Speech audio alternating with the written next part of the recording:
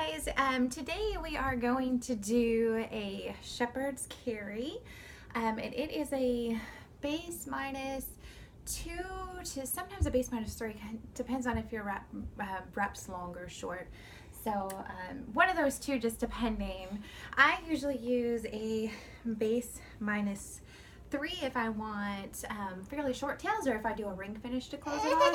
But if I have a rep that I want to show off a little bit more and do a longer tail, then I'll usually do it with a base minus 2.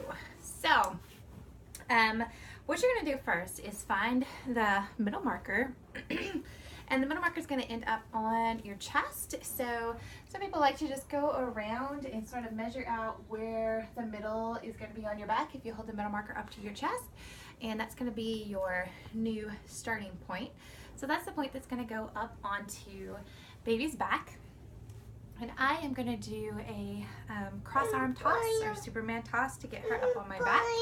So first I'm going to swing her around and drop her down onto my back. And I'm going to have the shorter tail is going to come over my arm, and the longer tail I'm going to actually drop down in a second under my arm. But first I'm going to make a seat. So I'm going to go ahead and make my seat.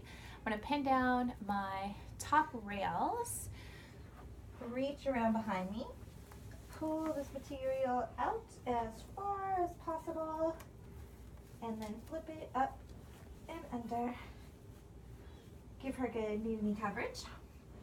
And then I'm going to do a little bit of strand by strand tightening. I'm going to be careful not to pull the bottom rail too much to pop that seat out, but the top rail especially you want to be kind of nice and tight.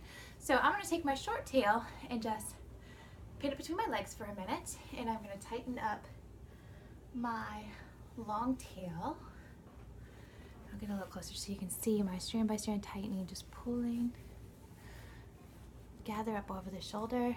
The bottom rail, you just want to pull enough to secure the seat, but not so much as you're going to be pulling it out. And then this other portions of the wrap tighten up. So now I'm going to take my long tail, now that I've got everything snug and secure, I'm going to pull my short and just make sure it's nice and tight where I want it to be. And I'm going to drop my long tail under my shoulder, keeping that tension. And I'm going to spread it out over my chest, pass it over the short tail. I'm going to come around, pass it to my other hand, then pop it up baby's back. And we're just going to pull to tighten.